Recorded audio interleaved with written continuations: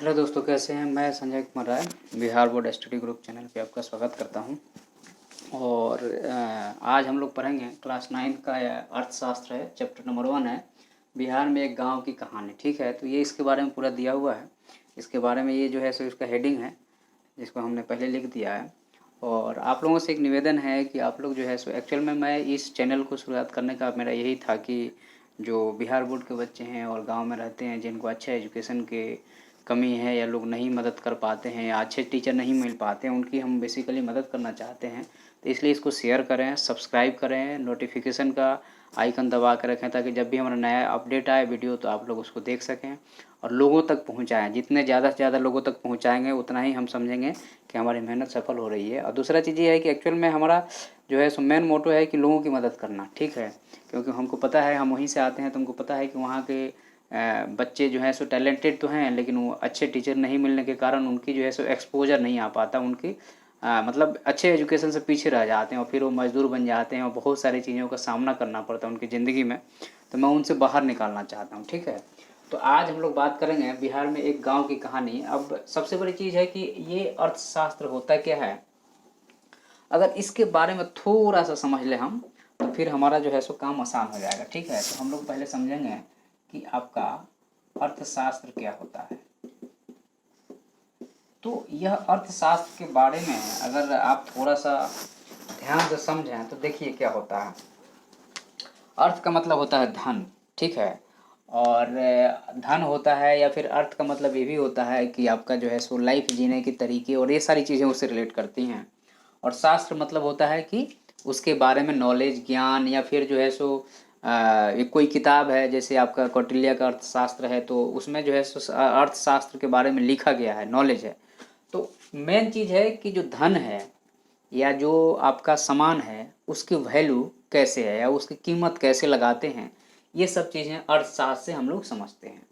अब क्या होता है कि अर्थशास्त्र में आपको 3-4 चीज़ों का बेसिकली ध्यान रखना पड़ता है कि समान, क्या चीज़, समान, या फिर समान नहीं, ये होता है समान, या फिर चीज़, या फिर वस्तु।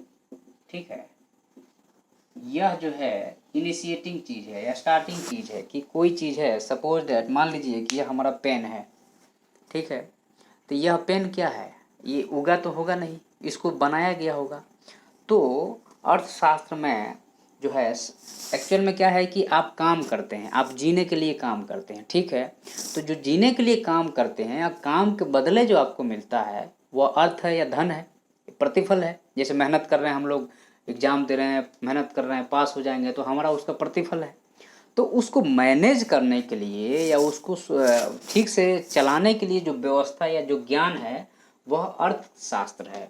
मतलब कि अपने जीवन में, मानव के जीवन में जीने के लिए जो काम करता है और उसके बाद में जो उसका प्रतिफल मिलता है, उसको संगठित रूप से, व्यवस्थित रूप से संभाल के रखने या किसी के साथ में लेन देन करने के लिए जो व्यवस्था है वह क्या है, अर्थशास्त्र है। ठीक है, तो अब यहाँ पे है, पहला चीज़ है कि कोई चीज़ है, सामान है या वस्तु है। तो यह जो है सो या तो नेचुरल है, मतलब कि धरती से निकला हुआ है, या आपने उसको बनाया है। दो चीज़ हो सकता है कि या तो धरती से निकला है या फिर आपने उसको बनाया है। तो अब यह वस्तु, सपोज डैट, अब देखिए क्या होता है कि अभी एक पत्थर है, ये पत्थर है और रोड पे पड़ा है। ठीक है, यह पत्थर है और रोड पे पड़ा है। आपको याद होगा कि सूरदास को सोने की ईंट है लेकिन आँख ही नहीं है, तो कैसे पता चलेगा वो सोने की ईंट। तो यह पत्थर है और यह पत्थर पड़ा है, प्राकृतिक है, पत्थर पड़ा है। क्यों? क्योंकि यह हमारे लिए यूजफुल नहीं है। जिस दिन मालूम चल जाए कि इस पत्थर के अंदर सोना है, क्या है इस पत्थर के अंदर, तो गोल्ड है, तो क्या होगा, लोग इसकी वैल्यू लगाने लगेंगे। क्या लगाने लगेंगे, वैल्यू मतलब कीमत लगाने लगेंगे। मतलब यह क्या हो जाएगा, कीमती हो जाएगा।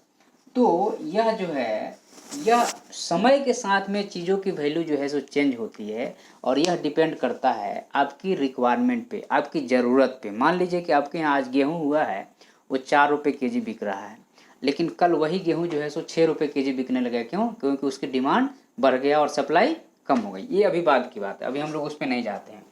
तो अब अर्थशास्त्र के सामान या चीज़ के हमने वैल्यू बता दिया। वैल्यू क्या होता है कि उसकी डिमांड कितना है उसके आधार पर, मतलब उसकी क्या कीमत है या आप क्या देना चाहते हो या आप क्या चाहते हो उससे, ठीक है। तो यह सामान है, मान लो कि अब आपके पास मान लीजिए कि यह आदमी है, इसके पास में 4 kg चावल है। क्या है? 4 kg चावल है। और एक आदमी यह है, इसके पास में 3 kg गेहूँ है, ठीक है। एक के पास 4 kg चावल है, एक के पास 3 kg गेहूँ है। अब क्या होगा, अब यह चाहते हैं, इनको चाहिए चावल और इनको चाहिए गेहूँ। तो ये दोनों क्या करेंगे, आपस में चीज़ों का कहेंगे कि ठीक है भैया तुम 3 kg चावल दे दो, हम 3 kg गेहूँ दे देते हैं। तो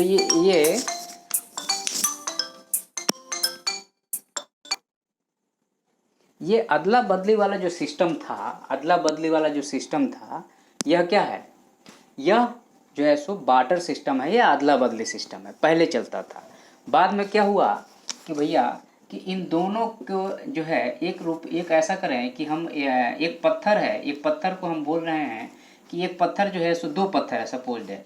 अब ऐसे हजारों पत्थर हैं, ऐसा मान लेते हैं। तो एक पत्थर इनके पास में है, एक पत्थर इनके पास में है, और उस पत्थर की कीमत कितनी है, तो 3 kg गेहूँ या फिर 3 kg चावल, 3 kg गेहूँ या फिर 3 kg चावल। तो अब क्या होगा कि अब मान लीजिए इनको इनसे 3 kg गेहूँ चावल चाहिए, तो ये 3 kg गेहूँ नहीं देंगे, ये क्या करेंगे, अपना एक पत्थर इनको दे देंगे। तो यह एक क्या हो गया, सांकेतिक चीज हो गया, जिसको हम लोग मान लिए हैं कि उसकी वैल्यू जो है वो कितने के बराबर है, 3 kg गेहूँ या 3 kg चावल या जो भी उसकी वैल्यू है, ठीक है। तो इससे क्या हुआ कि जो अदला बदली सिस्टम है वो खत्म हो गया और उसका रूप ले लिया यह जो है सो पत्थर, पहले के ज़माने में। फिर क्या हुआ कि इस पत्थर को हटा करके हम लोगों ने कागज का रुपया शुरू कर दिया। क्या शुरू कर दिए, कागज का रुपया। अब हमने बोले कि भैया ठीक है, ये जो है सो ये जो पत्थर है, ये जो पत्थर है इसको हमने, ये कीमती पत्थर है, सोना है या चांदी है, तो इसको हम क्या करेंगे, उठा के एक यहाँ पे एक बड़ा सा बक्सा बनाएंगे और इसमें ये पत्थर भर देंगे। और इन पत्थरों के बराबर, क्योंकि दिक्कत यह थी कि पत्थर आप जैसे ये सोना की चीज़ है ले जाओगे तो डाकू चोर छीन लेंगे, तो बहुत लूट मार मचती थी। तो बोला कि ठीक है, अब इन पत्थर के बराबर हम क्या किए कि रुपया जो कागज का है हमने छाप दिया, रुपया कागज का हमने क्या किया, छाप दिया, और इन पत्थर को हमने यहाँ रख दिया। और हमने बोल दिया कि अगर मान लो कोई नहीं मानेगा ये कागज के रुपये से, तो आगे अपना पत्थर ले जाना, उनको दे करके सामान ले लेना। समझ रहे बात को। तो इससे क्या हुआ कि जो पत्थर था वो कागज का रुपया ले लिया और उसके बराबर सोना रखने लगे, ठीक है। तो ये हमारा क्या है कि इस तरह से जो सामान था उसकी वैल्यू देखो कैसे चेंज हुई है समाज में। जो हमारी जो है सो पहले हम लोग जो है, पहले आदि मानव थे, मतलब खाना बदोश लाइफ जीते थे, तो हम लोग अदला बदली करते थे, और जैसे ही थोड़ा और होशियार हुए तो हम लोगों ने उसको बदल दिया। तो सभ्यता जो है सो विकासों का एक वो है, मतलब विकासों का संग्रह है। कोई सभ्यता है या कोई समाज बना है आज, तो वह विकासों का, क्रमबद्ध विकास का जो है सो क्या है, क्रमबद्ध विकास का वो है, मतलब कि साथ में चलते रहा। तो ये अर्थशास्त्र है जो पैसों का, सामान का मैनेजमेंट करता है या उसको जो है सो एक कार्य प्रणाली में ले आता है। अब बात आती है अर्थशास्त्र में कि वह सामान क्या है, जो हमने बात किया ना सामान की, कि वह सामान है। तो वह सामान क्या है, वह चीज़ क्या है, या वह प्रोडक्शन क्या है। तो दूसरा आपका टॉपिक आ जाता है कि उत्पादन। क्या आ जाता है, उत्पादन, ठीक है।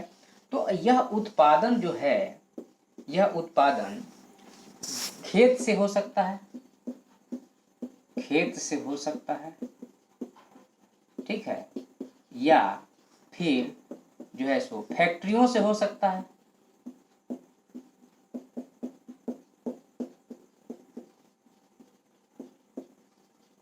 खेत से हो सकता है, या फिर फैक्ट्रियों से हो सकता है, या जो है आपका जो है सो खेत फैक्ट्री हो गया, या फिर जो है आपके मजदूरी से हो सकता है। बताएंगे कैसे हो सकता है। अब खेत में आपको पता है गेहूं चावल जो है सो, ये जो है सो क्लास 1 की, मतलब कि इसको जो है सो हम बोलते हैं कि प्राइमरी कार्य। इसको क्या बोलते हैं हम लोग? प्राइमरी कार्य। ये फैक्ट्रियों से होता है, इसको हम लोग बोलते हैं सेकेंडरी कार्य या सेकेंडरी उत्पादन बोल दो। प्राइमरी उत्पादन हो गया, ये हो गया सेकेंडरी उत्पादन या द्वितीयक उत्पादन, और यह हो गया तृतीयक उत्पादन। ठीक है। तो अब यहाँ पे खेत से जो उत्पादन होगा, जैसे आपका दूध उत्पादन करना हुआ, चावल गेहूँ उत्पादन करना हुआ, कहीं से सामान बिनना हुआ, ये सब जो है वो प्राइमरी उत्पादन में आता है या प्रथम श्रेणी के कार्य में आते हैं। ठीक है। जो खेतों में काम होता है, मतलब जो रॉ मटेरियल आ रहा है, अब उसको हम लोग बदलेंगे, उसका रूप बदलेंगे अलग अलग तरीके से, लेकिन अभी क्या आ रहा है, जो रॉ मटेरियल के रूप में हमें आ रहा है उसकी हम बात कर रहे हैं। ठीक है। उसके बाद में जो है फैक्ट्रियों से उत्पादन मतलब सेकेंडरी। अब यहाँ से जो चीज़ आया है या कहीं खदान से कोई चीज़ निकला है या दूध निकला है, तो दूध से मलाई जब निकालेंगे तो हो जाएगा उसका द्वितीयक। मतलब अब उसमें जो है सो लोग काम करने लगे, जब लोग काम करने लगे तो उसकी क्या हो गई, उसकी वैल्यू बढ़ गई। मतलब प्राइमरी उत्पादन में जो 4 kg मान लीजिए कि 4 रुपये kg गेहूँ था, जब उसको हमने आटा बना दिया तो हमने 20 रुपये kg करने लगे, तो उसमें काम, उसमें मैन पावर और बहुत सारा चीज़ ऐड हुआ, तब ना उसका फॉर्म चेंज हुआ और उसका वैल्यू बढ़ गया। उसके बाद में मजदूरी से हो सकता है, जैसे अब यहाँ पे है मजदूरी से, जैसे कोई बैंक में काम कर रहा है, तो क्या कर रहा है, वो मजदूरी ही तो कर रहा है ना। कोई गाड़ी चला रहा है, कोई कंप्यूटर पे काम कर रहा है, तो इसमें क्या दिमाग वाला जो काम है या फिर जो है सो जिसमें मेहनत वाला जो काम है, जिसमें स्मार्ट वर्क जो होता है, वह तृतीयक में है। यहाँ से भी उत्पादन होता है, यहाँ से भी उत्पादन होता है और यहाँ से भी उत्पादन होता है। अब यहाँ पे है कि ये तो हो गया, ठीक है कि आपने जो है सो पहले सर बता दिया कि ये इकोनॉमिक्स क्या होती है, और उसमें पहला जो पाद आपने बताया वह उत्पादन, कि उस चीज़ का उत्पादन कैसे हो रहा है, वो बन कैसे रहा है। तो आपने बोला प्राइमरी मतलब प्राथमिक उत्पादन, द्वितीयक उत्पादन और तृतीयक उत्पादन। यहाँ तक तो हमें समझ में आ गया। अब एक चीज़ बताइए कि यह उत्पादन होगा कैसे।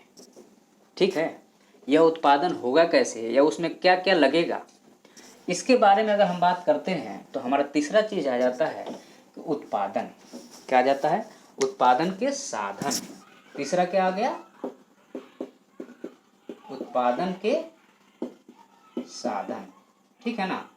अब ये आ गया कि उत्पादन के साधन कौन कौन से होंगे। ठीक है, तो देखिए मान लीजिए कि आप कहीं पे कोई फैक्ट्री लगाना चाहते हैं, कहीं पे कोई फैक्ट्री लगाना चाहते हैं। ठीक है, जब फैक्ट्री लगाना चाहते हैं तो आपको क्या चाहिए? फैक्ट्री लगाने के लिए जो आपको बेसिक रिक्वायरमेंट चाहिए है वह है आपका ये हमारा हो गया है, ये हो गया, हम यहाँ पे हैं। हाँ, तो वह क्या है? तो फैक्ट्री लगाने के लिए पहला कहीं ज़मीन तो चाहिए ना, कोई ज़मीन तो चाहिए। ठीक है, तो उसके लिए हमें जो है सो एक ज़मीन की ज़रूरत पड़ेगा या फिर लैंड की ज़रूरत पड़ेगी। क्या की ज़रूरत पड़ेगी? ज़मीन की ज़रूरत पड़ेगी। ठीक है, पहला कारक है कि सर उत्पादन तो आपने बोल दिया कि हाँ ये उत्पादन होता है, लेकिन मान लीजिए खेती भी करना तो उसके लिए ज़मीन की ज़रूरत पड़ेगा, तो ज़मीन की ज़रूरत हो गया। दूसरा जो हो गया वह वो फैक्ट्री में काम कौन करेगा? मालिक तो काम नहीं करेगा, तो कौन काम करेगा? लेबर काम करेगा। तो उत्पादन के साधन में पहला हो गया आपका, या फैक्टर में पहला हो गया लैंड, दूसरा हो गया श्रमिक। कौन हो गया? श्रमिक, काम करने वाले जो मजदूर हैं, श्रमिक या मजदूर हो गए। ठीक है, यह काम करेगा। तीसरा चीज हो गया कि यह सब जो तो ठीक है, उसको चलाने के लिए पैसा कहाँ से आएगा? तो उसके लिए जो चीज़ है वह जो है सो पैसा या फिर हम लोग बोलते हैं कैपिटल। क्या बोलते हैं हम लोग? कैपिटल। आपने बता दिया सर कि ठीक है, आपने लैंड बता दिया, आपने बोल दिया कि लैंड पे काम करेंगे, श्रमिक हो गए, अब उसके चलाने के लिए पैसा चाहिए, तो यह कैपिटल चाहिए। चौथा चीज़ जो चाहिए है वह चाहिए है कि इन सारे चीज़ों को, लैंड को, श्रमिक को मैनेज करने के लिए कोई संगठन तो चाहिए ना, तो संगठन हो गया या ऑर्गेनाइजेशन हो गया। ठीक है, अब पांचवा चीज़ जो है वह क्या है भैया? इसको, लैंड को, श्रमिक को, पैसा और संगठन, ये सारा चीज़ को चालू करने वाला किसी के पास हिम्मत तो होना चाहिए, तो वह साहस या उद्यम या उद्यमी उसको बोलते हैं। क्या बोलते हैं उसको? उद्यमी हो गया।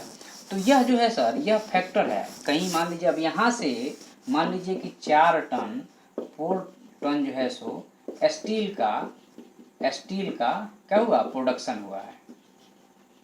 यहाँ से 4 टन स्टील का प्रोडक्शन होने से पहले ये उत्पाद हुआ, तो उसके लिए लैंड चाहिए, लैंड के बाद श्रमिक चाहिए, श्रमिक के बाद पैसा चाहिए, पैसा के बाद संगठन चाहिए, और संगठन के बाद उद्यम चाहिए। ठीक है। अब यहाँ पे है कि अब लैंड जो है, देखिए लैंड जो है, लैंड 2 तरह के होते हैं।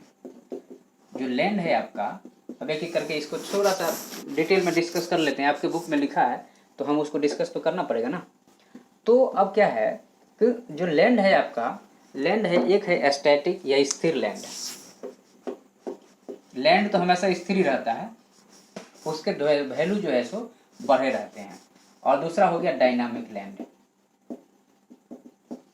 बाई कॉस्ट, या फिर जो है सो ये अस्थिर बाई कॉस्ट। जैसे गांव की ज़मीन है तो उसकी कॉस्ट लगभग कांस्टेंट रहती है, लेकिन शहर की ज़मीन रहेगी, अगर वह शहर में कोई फैक्ट्री लगाना चाहता है तो उसको ज़्यादा पैसा लगाना पड़ेगा ज़मीन खरीदने के लिए।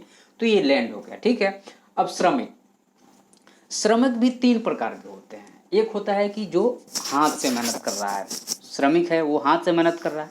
दूसरा जो है वह दिमाग से मेहनत कर रहा है, मतलब कि कोई कंप्यूटर पे काम कर रहा है। तीसरा जो है जो रिसर्च कर रहा है, वो भी तो श्रमिक ही है ना, तीनों तो काम ही कर रहे हैं, तो श्रमिक हो गए। अब कैपिटल में 2 तरह के कैपिटल होते हैं, या पैसा 2 तरह का होता है। एक होता है कि आपने कहीं से जेसीबी मंगा लिया है, जेसीबी ज़मीन खुदाई करने के लिए, तो यह हो गया जो है सो यह कैपिटल का एक भाग हो गया। दूसरा हो गया कहीं से आपको पैसा मिल गया, लिक्विडिटी वाला ज़्यादा जो काम चल जाए, तो ये 2 हो गए। और ऑर्गेनाइजेशन तो वही रहेगा, उद्यमी तो भैया जो जैसा उद्यमी, जो टाटा जी हो गए या चाहे अंबानी हो गए, उद्यमी ही है ना, जो बड़े बड़े इंडस्ट्री लगा के बैठे हैं। ठीक है। तो ये हमें यहाँ से हमें एक क्लियर हो गया कि फैक्टर हम लोगों ने पढ़ लिया। अब स्थिर भूमि और ये जो है सो आपका, अब यहाँ पे एक्चुअल में क्या है कि थोड़ा सा जो उन्होंने आपके किताब वालों ने जो है सो ज़मीन के बारे में उन्होंने थोड़ा सा दिया है कि मान लीजिए कि यह एक लैंड है, यह ज़मीन है, इसमें आपने जो है सो कहीं पे यहाँ आम लगा दिया है और यहाँ पे खूब खेती की है, फिर यहाँ पे आम लगा दिए। ठीक है। तो इधर से जो पक्षी आएंगे वो यहाँ तक रुक जाएंगे, मतलब कम, इस खेत को कम नुकसान पहुँचाते हैं अगर आपने सीरीज में ही लगाया है तो। इसको मल्टी क्रॉपिंग पैटर्न बोलते हैं कि एक से ज़्यादा फसल को लगाना, वही चीज़ वहाँ लिखा हुआ है। ठीक है। अब यहाँ पे है कि अब हम बात करेंगे कि लैंड का विभाजन या ज़मीन का विभाजन। अब हो गया कि हम लोग अभी बेसिक फैक्टर में ही चल रहे हैं कि ज़मीन का विभाजन। तो देखो समान